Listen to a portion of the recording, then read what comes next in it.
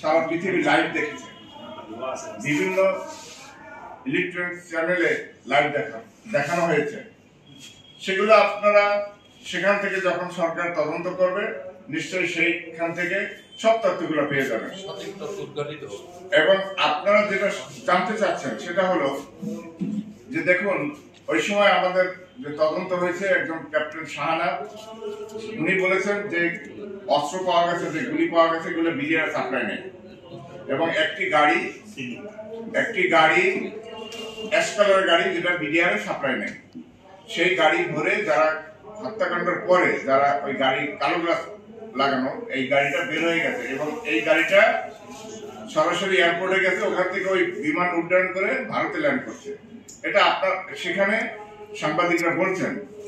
এবং আপনারা জানেন যে মনির সাহা এই ঘটনার পরে উনি লাইভ করেছেন এবং সে ব্যাপারে উনি কিন্তু পরবর্তীতে ওনাকে আর খুঁজে পাওয়া যাবে বহুদিন। এবং আপনারা জানেন সাগররুনি হত্যাকাণ্ড ঘটেছে, উনি কিন্তু এই বিডিআর ঘটনাটা জানতেন। বিষয়টা হলো যে আমরা ওই সময় পিলখানায় যারা ছিলেন 2-4 জন ছেলেরা বলছিল যে আমরা নিজস্ব অফিসার চাই। তারা কারা? তাদেরকে কিন্তু খুঁজে পাওয়া যাচ্ছে না, তারা তাদেরই লোক, এইগুলা বলা হয়েছে। আসলে বিষয়টা হলো যে এগুলো একটা পরিকল্পিত হত্যাকাণ্ড যেটা আপনারা শুনছেন।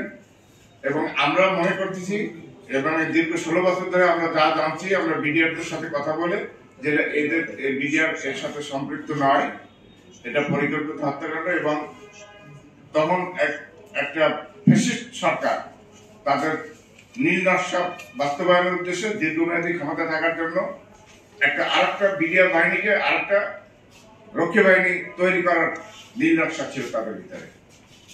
আচ্ছা, একটা শেষ প্রশ্ন করতে চাই।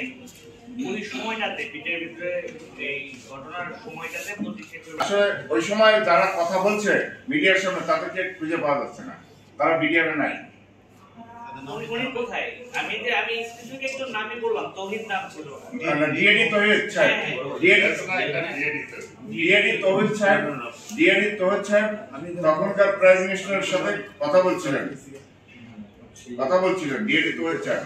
আসলে গেটে তারা কথা বলছিলেন, তারা মিডিয়ার সাথে যারা কথা বলছিলেন তারা কিন্তু তাদেরকে খুঁজে পাওয়া যাচ্ছে না। আর তখন সেই সময় সেনাবাহিনীর ভূমিকাটা তো সেটা আমরা ওই ব্যাপারে বলতে পারবো। সেনাবাহিনীর ভূমিকাটা কি ছিল, রাষ্ট্র কি করছে, সেনাবাহিনীর প্রধান কি করছে, সেটা তারা বলতে পারবে। আমরা এটা একটা অত্যন্ত জটিল প্রশ্ন, উত্তর দেবে সরকার। সেনাবাহিনী কি করে? সেনাবাহিনী তো খুব